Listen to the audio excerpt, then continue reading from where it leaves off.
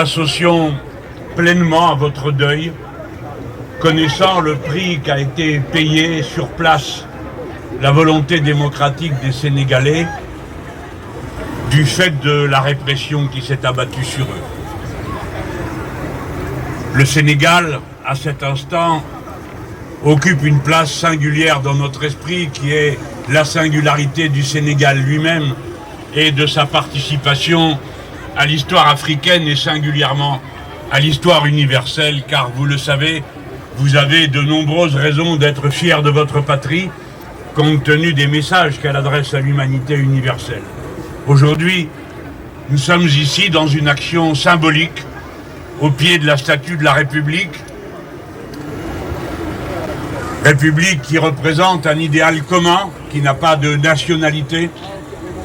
C'est l'appartenance à la chose publique, où c'est le peuple qui est souverain et lui tout seul, à l'exclusion de tout autre pouvoir qui le surplomberait. Le peuple, sa souveraineté, la loi. Voilà de qui nous sommes aujourd'hui les avocats. J'ai dit une démarche symbolique. Mais c'est précisément parce qu'elle est symbolique qu'elle va avoir cette portée. J'en suis certain en voyant les vidéos qui sont en train de se faire à cet instant même. Après les paroles du député des Sénégalais de l'étranger, que nombreux seront vos compatriotes qui s'associeront avec le délai de la transmission à ce que nous sommes en train de faire à cet instant, plus tous ceux qui n'ont pu aujourd'hui se libérer pour se trouver avec nous.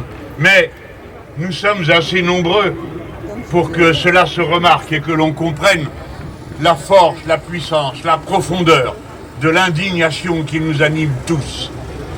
Mesdames, Messieurs, il y a déjà quelque temps que je me fais un honneur de me tenir aux côtés d'Ousmane Sonko lorsqu'il a commencé la bataille qu'il a engagée.